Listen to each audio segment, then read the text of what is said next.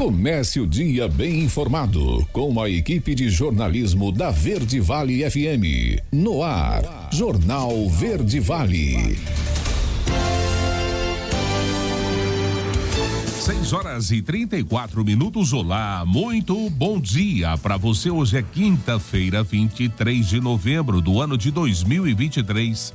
Estamos começando pela Verde Vale FM, uma emissora do Sistema Verde Vale de Comunicação. Mais uma edição do Jornal Verde Vale. Comigo aqui na bancada, Daliano Oliveira. Bom dia. Muito bom dia para você, Wesley. Bom dia para todo mundo que acompanha a nossa programação aqui pela 103,7. Agora são 6h35. Confira agora os destaques dessas últimas 24 horas. Jornal Verde Vale. Unifimes e Grupo Amor Exigente realizam palestra em Mineiros. Encontro da Agricultura Familiar será realizado em Mineiros neste sábado. Motoristas profissionais têm até 28 de dezembro para regularizar exame toxicológico. 5 milhões estão irregulares. Preço da arroba do boi gordo volta a subir no Brasil. Trabalho aos feriados. Governo recua e adia mudança para março do ano que vem. 6 estados aumentarão o ICMS para frear impactos da reforma tributária. TCU estima em 34 bilhões de reais os pagamentos irregulares do Bolsa Família deste ano e determina medidas ao governo. Senado aprova a PEC que restringe decisões dos ministros do STF. Os detalhes destas e outras notícias você vai conferir a partir de agora, aqui no Jornal Verde Vale. A notícia em primeira mão. Jornal Verde Vale. Jornal Verde Vale. Verde Vale. Notícias do Brasil. 6h36. Uma ótima manhã de quinta-feira para você. Sejam todos bem-vindos e bem-vindas a mais uma edição do Jornal Verde Vale. Olha, motoristas profissionais das categorias C, D e E da Carteira Nacional de Habilitação, a CNH, têm até o dia 28 de dezembro para regularizar o exame toxicológico. Cerca de 5 milhões de condutores estão irregulares, segundo a Associação Brasileira de Toxicologia. Quem não cumprir o prazo pode arcar com uma multa de R$ 1.467,35 e perder 7 pontos na carteira. Dirigir com o exame vencido ou deixar de realizar o exame configura infração gravíssima, segundo o Código de Trânsito Brasileiro. Em caso de reincidência ao longo de 12 meses, a multa pode chegar a R$ 2.934,70 e o motorista perde o direito de dirigir. Para os condutores que o resultado do exame for positivo, o direito de dirigir é suspenso por 3 meses. Para quem dirigir com resultado positivo, a infração é gravíssima, ou seja, o motorista perde 7 pontos na carteira e a multa é de R$ 1.467,35, além da suspensão do direito de dirigir. Pela regra, o motorista profissional também não poderá renovar a Carteira Nacional de Habilitação até que seja feito o exame com resultado negativo. E o ministro do Trabalho e Emprego, Luiz Marinho, informou nesta quarta-feira que revogará a portaria sobre o trabalho nos feriados e vai publicar uma nova, válida para 2024, no dia 1º de março do próximo ano. A suspensão deverá ser oficializada até o fim da semana. A decisão, segundo Marinho, se dá após conversas com entidades de empresários e trabalhadores. Nossa portaria será refeita com validade a partir de 1º de março, afirmou ele a jornalistas. Até março vale o que estava valendo antes. Segundo o ministro, o texto se refere apenas aos feriados e não aos domingos. A data estipulada foi proposta pelas entidades de trabalhadores e empresários. Haverá também um grupo de trabalho para avançar a questão. No domingo, último dia 17, o ministro assinou uma portaria para restringir o trabalho nos feriados. O documento não teve boa recepção dos empresários do setor de serviços e o tema agora está pautado com urgência para ser votado na Câmara dos Deputados. A comissão do Senado aprova a taxação das apostas e das offshores. Quem traz os detalhes é Yuri Hudson. A Comissão de Assuntos Econômicos do Senado aprovou nesta quarta-feira 2 projetos importantes para a área econômica. Ambos criam taxações, ou seja, representam aumento de arrecadação. A CAI chancelou a tributação das offshores e dos chamados fundos dos super ricos. Além disso, deu aval para a cobrança de tributos em cima de apostas esportivas online, as chamadas bets. O relator das offshores defendeu a tributação. O senador Alessandro Vieira destacou que muitos ricos se aproveitam desses fundos para não pagar impostos. Com relação aos investimentos realizados por meio de empresas controladas no exterior, as conhecidas como offshores, a tributação no Brasil só ocorre atualmente quando a pessoa jurídica no exterior efetivamente transferisse o lucro para o seu sócio pessoa física, que estaria sujeito a uma alíquota de até 27,5% de imposto de renda, mas que poderia ter seu pagamento postergado eternamente, caso ele optasse por manter os recursos no exterior indefinidamente. A comissão também aprovou a taxação das casas de apostas no Brasil e taxação de 12% sobre as empresas e de 15% sobre os prêmios obtidos por apostadores. O número ficou abaixo do que foi defendido pelo Ministério da Fazenda. O relator, Ângelo Coronel, do PSD, reduziu essas alíquotas frente ao que foi proposto pela Câmara dos Deputados. Segundo ele, mesmo com a taxação, o setor continuará pujante no país. Os jogos, não estamos inventando jogos, os jogos já existem há muitos anos, só que na clandestinidade.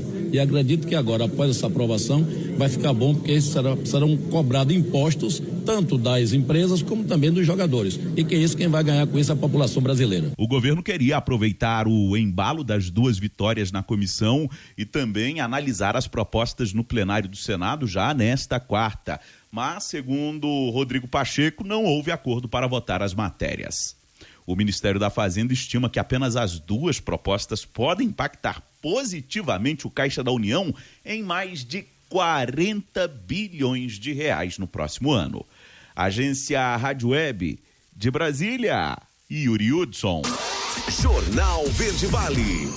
Notícias de Goiás. 6h41. Integrantes da base de apoio do governador Ronaldo Caiado na Assembleia Legislativa fecharam questão depois de 2 reuniões internas realizadas na tarde da terça-feira e pretendem garantir maior autonomia para a indicação de emendas impositivas ao orçamento de 2024, com ou sem o aval do Palácio das Esmeraldas. Os deputados cobram o fim da divisão obrigatória em que 70% das verbas devem ser destinadas às áreas da saúde e educação e pretendem estabelecer divisão entre 50% das emendas com livre escolha e outros 50% para as 2 áreas, como já ocorre no Congresso Nacional.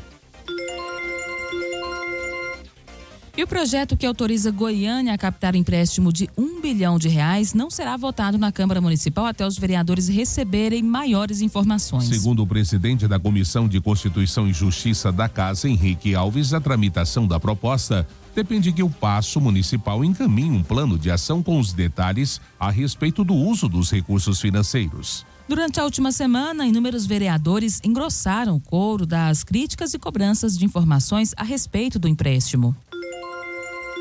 6h42, e falando no governador Ronaldo Caiado, ele sancionou um projeto de deputado da oposição para possibilitar parcerias entre o Estado e municípios com empresas privadas e organizações sociais para a realização de benfeitorias em unidades de atendimento básico de saúde. O texto foi aprovado pela Assembleia Legislativa e avalizado na íntegra por Caiado nesta segunda-feira, dia 20. A sanção a projeto oriundo da oposição ocorre no momento em que o governador busca alternativas para evitar exceder o teto de gastos, definido pelas regras da Lei Complementar 156. O custeio da rede estadual de saúde, em franco crescimento desde 2019, é o principal foco de atuação de Caiado, que buscou a ajuda dos deputados federais.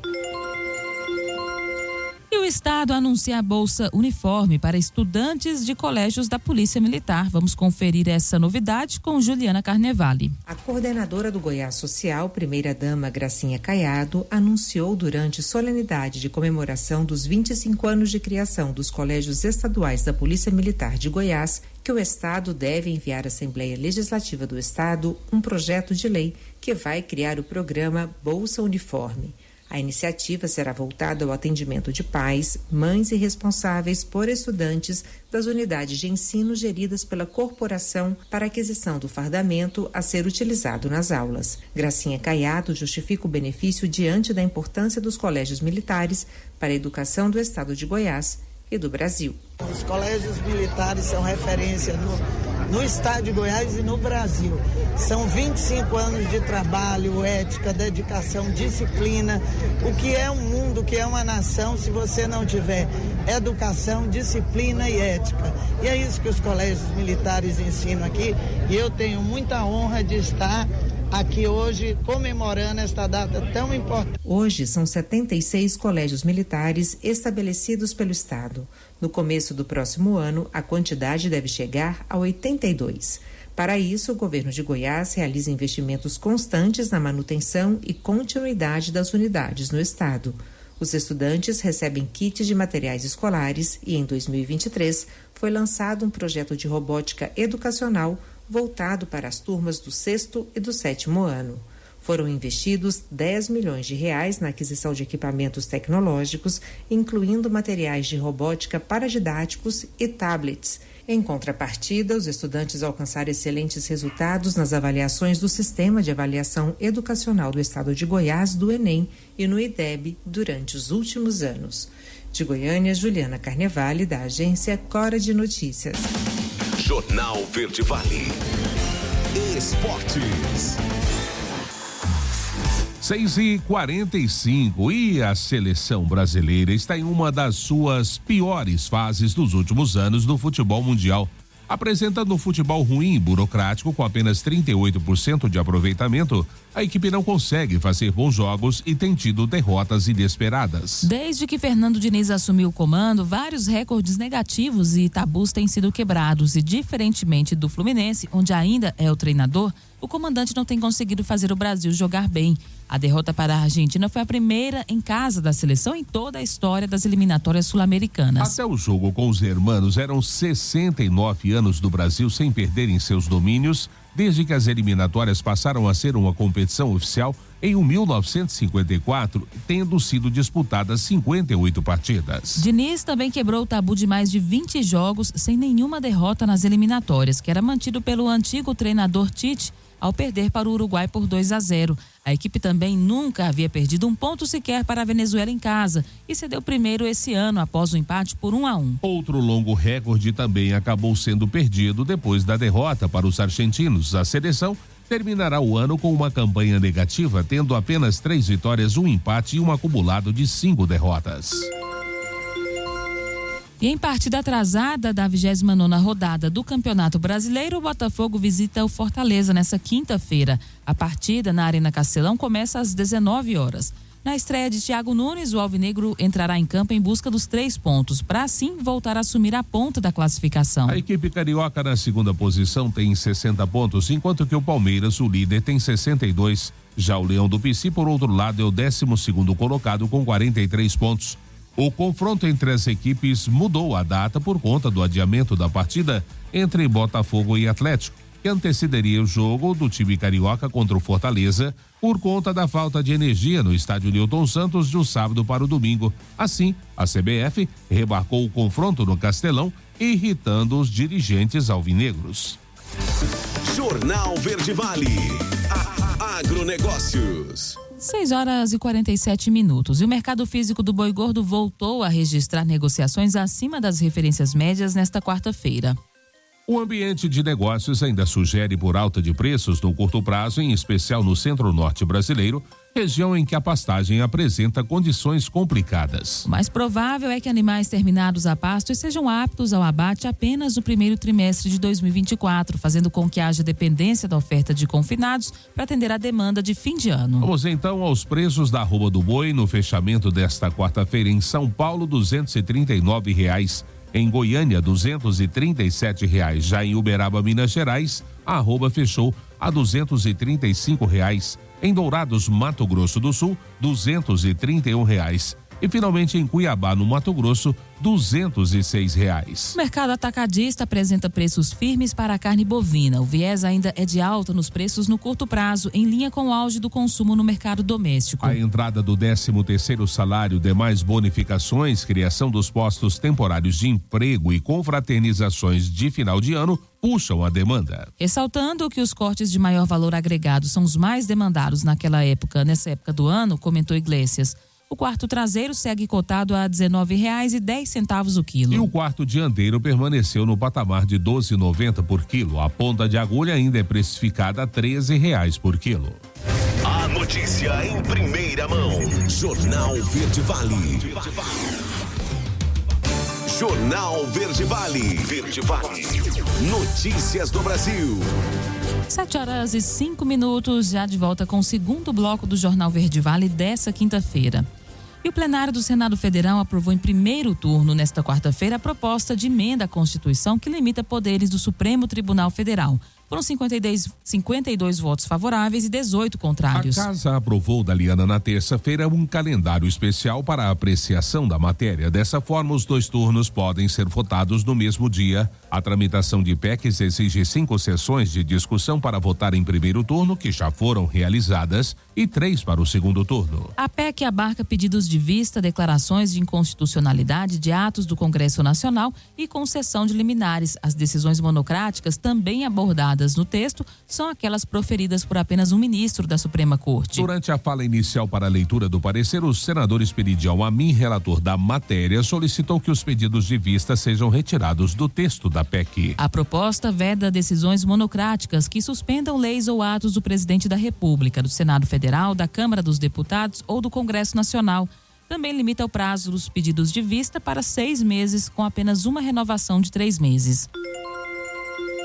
E para conter os impactos da reforma tributária na arrecadação dos estados, São Paulo, Rio de Janeiro, Espírito Santo, Minas Gerais, Paraná e Rio Grande do Sul anunciaram que vão aumentar a alíquota do ICMS a partir do ano que vem. Os valores das novas alíquotas, no entanto, não foram divulgados por todos os governos. Em carta, os 6 secretários da Fazenda das unidades federativas afirmam que a PEC da reforma vai reduzir significativamente a autonomia tributária dos estados e municípios, além de induzir um movimento generalizado de elevação de alíquotas. Até agora, 11 estados estabeleceram nova alíquota de ICMS com vigência ainda para este ano. São eles: Acre, Alagoas, Amazonas, Maranhão, Pará, Piauí, Paraná, Rio Grande do Norte, Roraima, Sergipe e Tocantins. Isso de acordo com o Concefaz. Cidades brasileiras vão apresentar ações sustentáveis na COP28. Os detalhes desse encontro você confere com Denise Coelho. Entre os dias 30 de novembro e 12 de dezembro será realizada a maior conferência sobre mudanças climáticas do mundo em Dubai, nos Emirados Árabes. A COP28 promete ter o Brasil entre os destaques nas discussões. As cidades brasileiras de Caxias do Sul e Barbacena, por exemplo, foram escolhidas para apresentar no evento internacional os seus programas voltados para a preservação do meio ambiente. A notícia foi dada pelo prefeito do município gaúcho, Adiló de Domênico, na cerimônia de abertura do Encontro Regional de Administração da Região Sul. Nós fizemos aqui um cadastro ambiental rural de toda a nossa região rural e junto criamos um programa de recuperação da Mata Atlântica. E esse programa foi escolhido para nós estarmos lá discutindo, apresentando e quem sabe trazermos recursos para essa importante tarefa de recuperação da Mata Atlântica e do meio ambiente. O presidente do Conselho Regional de Administração do Rio Grande do Sul, Flávio de Abreu, justifica avanços do município além da questão ambiental, condições que contribuíram para a escolha da cidade também como sede do encontro dos profissionais de administração na região sul. Então, a Caxias do Sul é referência não só regional, mas também nacional, como uma cidade de constante inovação, constante crescimento econômico, boas práticas na gestão pública também. Então, essa é a razão da escolha de Caxias. E também lembrando nessa questão da gestão pública, Caxias foi premiada nesse ano, em março, pela Federação das Associações dos Municípios do Rio Grande do Sul, juntamente com o Conselho Federal de Administração e Conselho Regional de Administração, com o prêmio IGM-CFA, por se destacar com o melhor desempenho no grupo 8 do IGM. O indicador citado pelo administrador é o Índice de Governança Municipal do Conselho Federal de Administração, o IGM-CFA. A ferramenta reúne indicadores e informações de órgãos oficiais para auxiliar na gestão dos municípios. Agência Rádio Web. Produção e reportagem, Denise Coelho. Jornal Verde Vale. Notícias de Goiás. 7h09 agora. E o Hospital Municipal de Aparecida de Goiânia foi eleito o 18º melhor no ranking de clínicas e hospitais da América Latina. A posição também representa o 5º melhor hospital brasileiro dentre os 20 primeiros colocados. O o segundo da rede pública do país e o primeiro do centro-oeste do Brasil. A premiação é realizada pela revista América Economia e pela empresa de pesquisas Inteulat. Inaugurada em dezembro de 2018, o hospital é administrado pela Sociedade Beneficente Israelita Brasileira Albert Einstein. Tem capacidade para realizar mensalmente mais de 1.100 internações clínicas, 8.000 consultas médicas ambulatoriais, 7.000 exames de imagem, 645 cirurgias eletivas e 250 procedimentos hemodinâmicos. Conta com 235 leitos, sendo 35 UTIs adultas e 10 pediátricas, além de 180 apartamentos e 10 salas de cirurgia. E na tarde da terça-feira, uma carreta bitrem carregada com 44 mil litros de álcool etílico hidratado se envolveu em um acidente fatal na GO 210 entre Marzagão e Água Limpa. O condutor perdeu a vida após o veículo sair da pista e colidir violentamente contra uma árvore. As informações foram oficialmente divulgadas pelo Corpo de Bombeiros Militar do Estado de Goiás, responsável pelo atendimento da ocorrência. A equipe que se deslocou até o local do acidente constatou que o veículo tombou, deixando o motorista preso às ferragens. O cenário demandou isolamento devido ao vazamento de combustível. A Secretaria Municipal de Meio Ambiente de Mazargão, responsável pela área, enviou uma equipe para avaliação e assegurou que o vazamento não representava risco ambiental. E o ENAD 2023 será realizado no próximo domingo. Confira os detalhes da prova com Eduardo Bernardo. O Exame Nacional de Desempenho de Estudantes, ENAD 2023, aplicado pelo Instituto Nacional de Estudos e Pesquisas Educacionais Anísio Teixeira, será realizado no próximo domingo, 26 de novembro.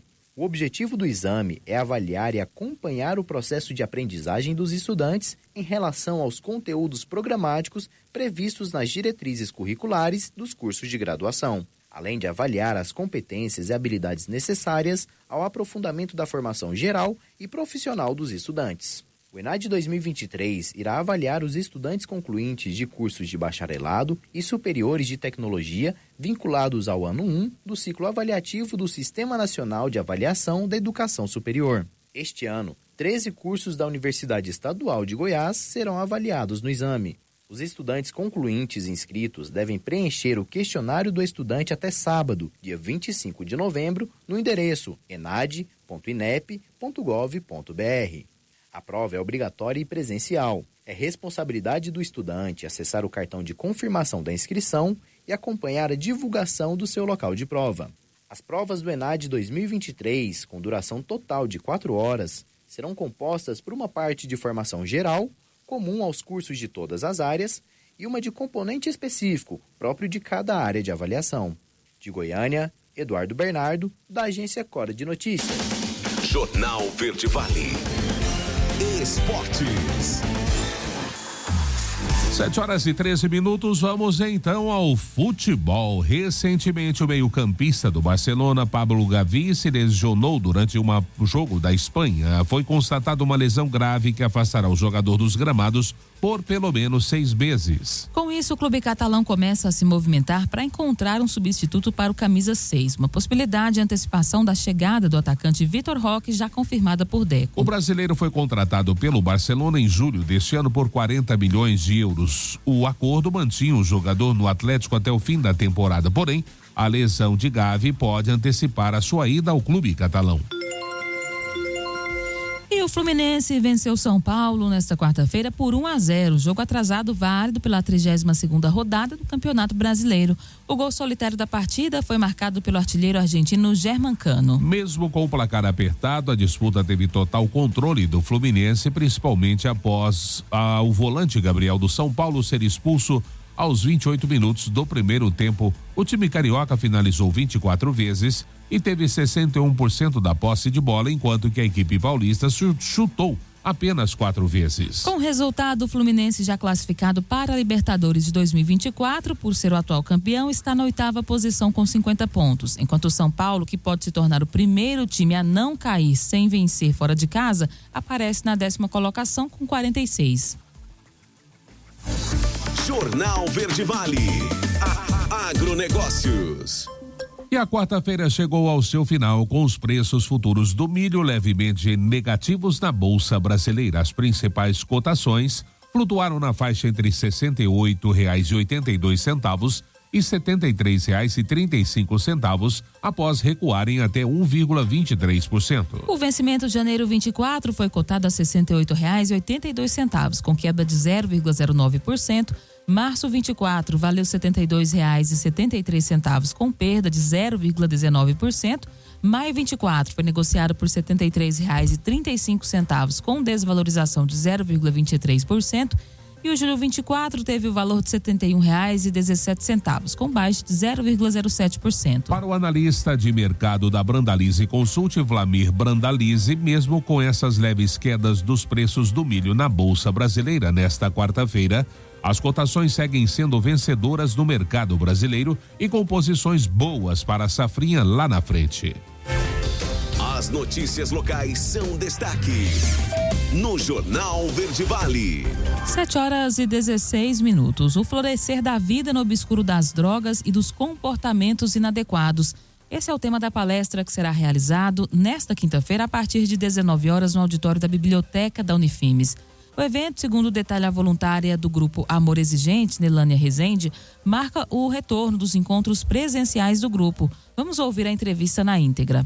É com grande prazer que aqui estamos para falar desse evento do Amor Exigente em parceria com a Unifimes. O Amor Exigente é um grupo de auto e mútua ajuda com o objetivo, auxiliar, sensibilizar as pessoas, a todos nós, da necessidade de estarmos buscando comportamentos cada vez melhores. Esse é um dos grandes objetivos, propósitos do Amor Exigente, que nos tornemos pessoas cada vez melhores, que nos tornemos pais cada vez melhores. Então, o objetivo principal do grupo é esse. E considerando que estamos vindo de um processo pós-pandemia, somos sabedores que alguns outros grupos de auto e mútua ajuda aqui no município não conseguiram dar continuidade. Não aconteceu diferente com o Amor Exigente. Nós, em alguns momentos, foi necessário a gente parar,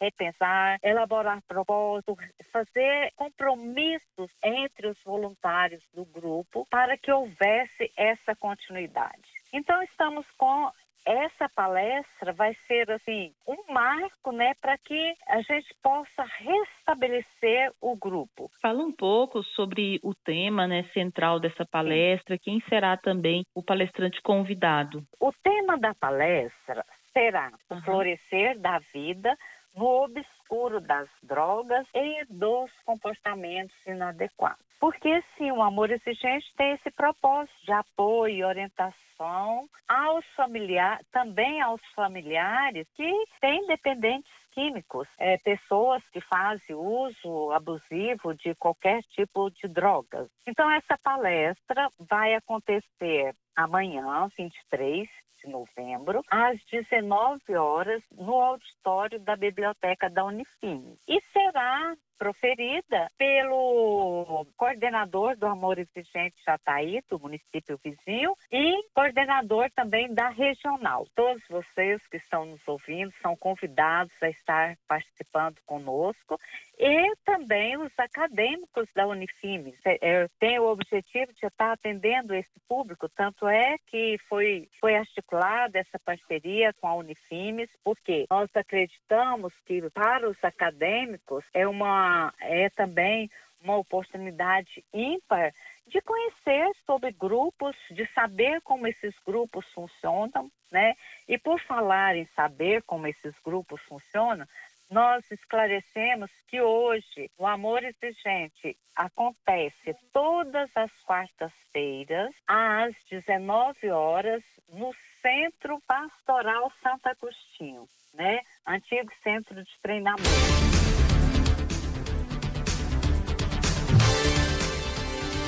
Sete horas e 19 minutos agora. Último intervalo do Jornal Verde Vale desta quinta-feira e já no próximo bloco. Encontro da agricultura familiar será realizado em Mineiros neste sábado. Suspeito de extorsão com ameaça de divulgar material pornográfico é preso em Caiapônia. E claro, espaço para as nossas notícias locais. Com ele, J. Pereira, não saia daí. Voltamos já trazendo tudo em detalhes para você. Jornal Verde Vale. Jornal Verde Vale. Verde Vale. Notícias do Brasil. 7h26, já estamos de volta com o Jornal Verde Vale desta quinta-feira aqui pela Verde Vale FM, uma emissora do Sistema Verde Vale de Comunicação. Olha, o Tribunal de Contas da União determinou nesta quarta-feira que o governo adote uma série de medidas para diminuir as fraudes no cadastro do programa Bolsa Família. Uma auditoria técnica feita pelo tribunal estimou que a concessão de benefícios irregulares pode ter chegado a 14 bilhões de reais de janeiro a maio desse ano, com potencial para subir a 34 bilhões de reais em 2023. Segundo a auditoria, a análise do programa encontrou uma série de inconsistências no CadÚnico, como divergência de renda em 40% das famílias cadastradas e inconsistências de composição familiar em 33% das famílias beneficiárias. Estima-se que 22% das famílias que receberam benefícios de forma irregular, o que representa pagamentos de 14 bilhões de reais somente de janeiro a maio desse ano, com potencial de prejuízo de 34 bilhões de reais em 2023.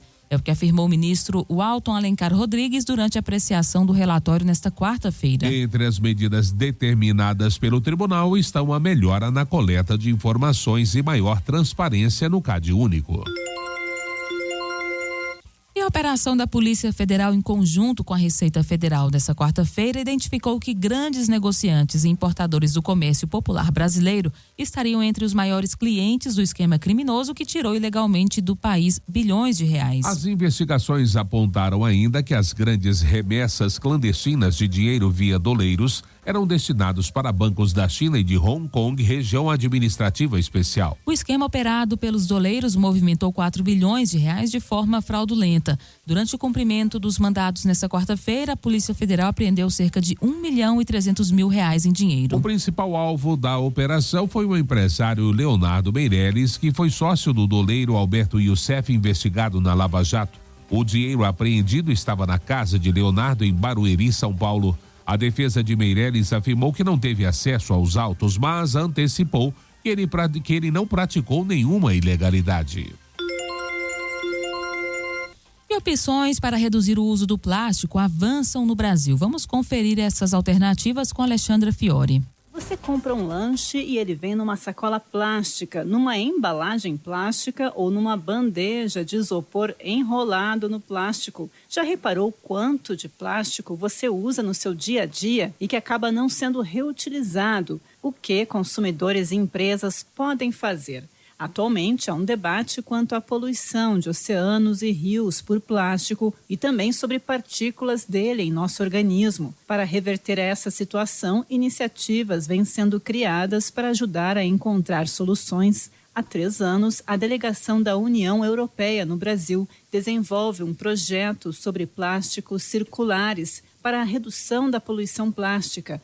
A oficial de Programa para as Américas, Stephanie O'Hell, explica que, primeiro, a ideia é conscientizar a população. Educação ambiental sobre... Você tem noção do quanto plástico você consome? Não tem outras opções? Logo, trabalhar com o setor privado. Quais são as cadeias de reciclagem que vocês estão colocando? Como a gente apoia o que a gente chama de responsabilidade estendida do produtor? Ou seja, se você produz um plástico, como que você recupera esse plástico para fazer a circularidade do plástico. Então, a iniciativa avança para ajudar lá no início da cadeia produtiva do plástico, a hora de fazer o design das embalagens. É o tema do ecodesign, ou seja, quando você faz o design do produto, você já tem que pensar como esse produto vai ser reciclado. Por exemplo, as garrafas PET, não? No momento que a garrafa você coloca colorante para dar o color da marca da sua empresa, você já sabe que esse plástico dificilmente vai ser reciclável. Em algumas cidades, projetos têm sido bem-sucedidos para a redução do uso do plástico. No Rio de Janeiro, numa parceria com a Prefeitura, o projeto Praia Circular já está em andamento. Essa Praia Circular, se você vai em Copacabana, entre o posto 3 e 4, você vai encontrar quioscos, barracas, hotéis que estão tentando reduzir o plástico de uso único. Trabalhamos com latas de alumínio para água, em lugar de ter plástico. Por que alumínio? Porque no Brasil 98% do alumínio é reciclado. E sabe como boa parte do plástico chega aos oceanos? Por meio dos rios. E, obviamente, antes de chegar no oceano, o plástico chega via os rios. E o rio Amazônia sendo um rio muito poluído pelo plástico também. Então, a gente está trabalhando com a cidade de Manaus, a Secretaria do Meio Ambiente da cidade de Manaus, porque a cidade de Manaus tem um maior desafio para limpar os igarapés, não, da cidade, que estão cheios de plástico. A delegação da União Europeia no Brasil começou agora a acompanhar a Estratégia Nacional Brasileira de Economia Circular. Numa parceria com ministérios, a ideia é apresentar experiências de outros países para ajudar no desenvolvimento aqui no Brasil de alternativas para a redução do consumo e uma estratégia de reciclagem que preserve o meio ambiente. Agência Rádio Web, produção e reportagem, Alexandra Fiore. Jornal Verde Vale. Notícias de Goiás. 7h32 agora. Na cidade de Caiapônia, a Polícia Civil cumpriu um mandado de prisão temporária contra o indivíduo identificado pela sigla ALAR, suspeito de extorsão envolvendo ameaça de divulgação de material pornográfico. O investigado, ao se relacionar sexualmente com outros homens, filmava os atos e salvava as imagens, posteriormente as utilizando como chantagem. O indivíduo é acusado de exigir grandes quantias em dinheiro das vítimas, ameaçando tornar público o conteúdo íntimo para suas famílias, caso não houvesse o pagamento. As vítimas coagidas efetuaram diversos pagamentos até não possuírem mais recursos para atender às demandas do investigado. Segundo a Polícia Civil, a prisão ocorreu após as vítimas procurarem a delegacia, relatando as extorsões sofridas. O suspeito foi conduzido à delegacia local, onde passou por interrogatório e posteriormente foi recolhido à unidade prisional de Caiapônia, aguardando as decisões judiciais referentes ao caso.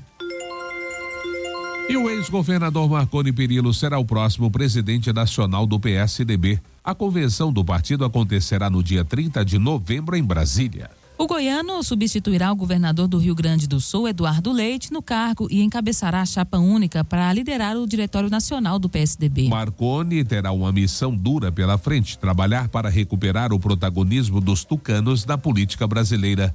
O partido perdeu força nos últimos anos e o objetivo agora é retomar o espaço que já teve.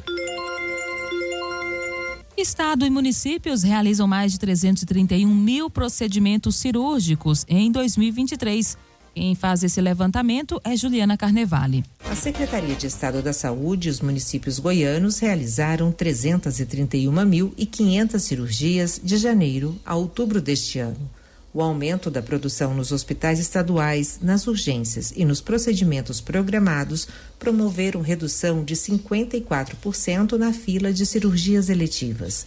Segundo dados do Sistema de Informações Hospitalares do Ministério da Saúde, até 31 de outubro deste ano, o Estado já atendeu 80.300 pacientes dos 125.800 que aguardavam por um procedimento cirúrgico em dezembro de 2022.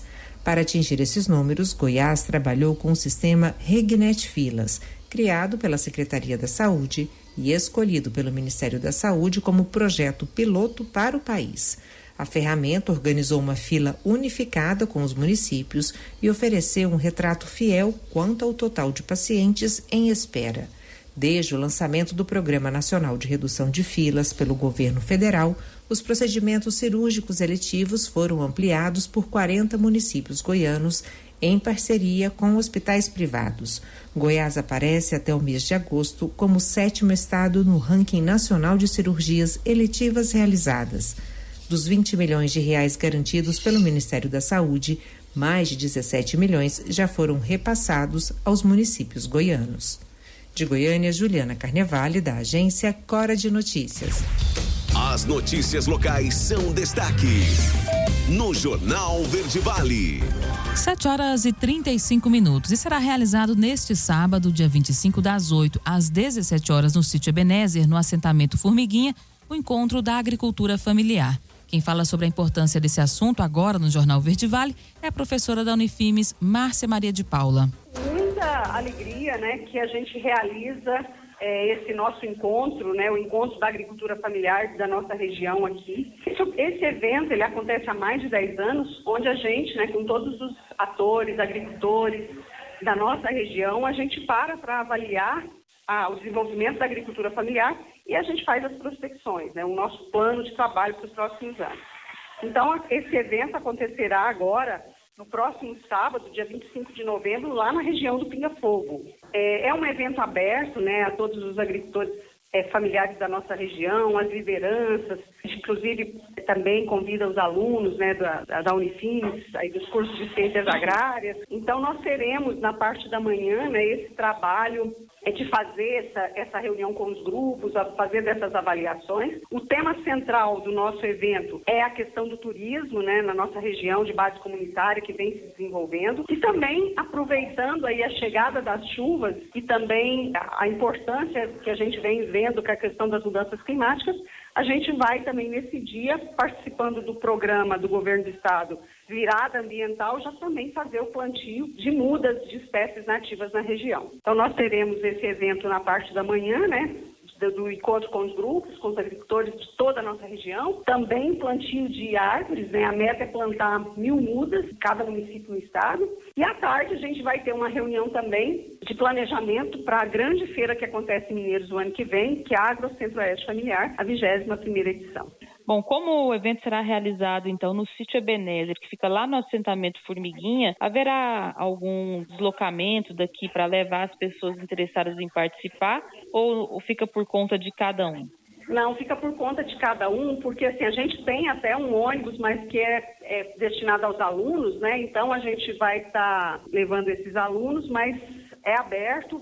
E o sítio Ebenezer, ele é bastante sinalizado, né? Passou ali a Portelândia, passou a Formiguinha, o Ribeirão Formiguinha, logo em seguida já tem as placas, então é muito bem sinalizado. A gente estende aí o convite a todos interessados. As inscrições, elas serão feitas lá na hora, então não precisa se preocupar. E é isso, né? A gente destaca aí que é uma rede grande de parceiros, né? Que realiza esse evento todos os anos, né? Então agradecer imensamente aí a toda a rede de cooperação em torno da agricultura familiar de Mineiros, né? Agradecer a Unifins, obviamente, a Emater, a Prefeitura Municipal, a Auredes, a Copermin, ao Sindicato dos Trabalhadores Rurais, a Creditag, ao pessoal do território do Parque das Emas, a Universidade Federal de Jataí. Eu acho que é muito importante, né, a gente reforçar a importância da agricultura familiar para a nossa região, é o alimento que chega na nossa mesa, né? Então dizer, né, que nós possamos, como consumidores, né, estar valorizando essa produção,